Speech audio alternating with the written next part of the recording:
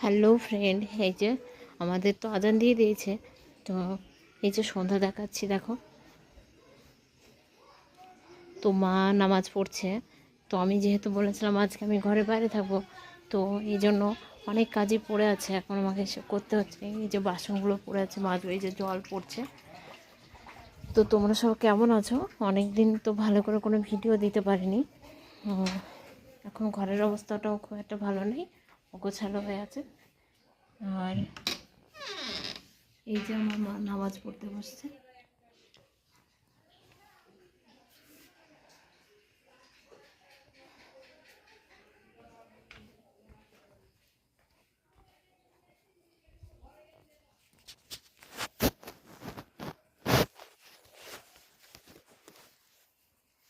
তো এখানে ভিডিওটা রাখছি, সন্ধ্যাটা দেখিনি, তোমরা দেখো।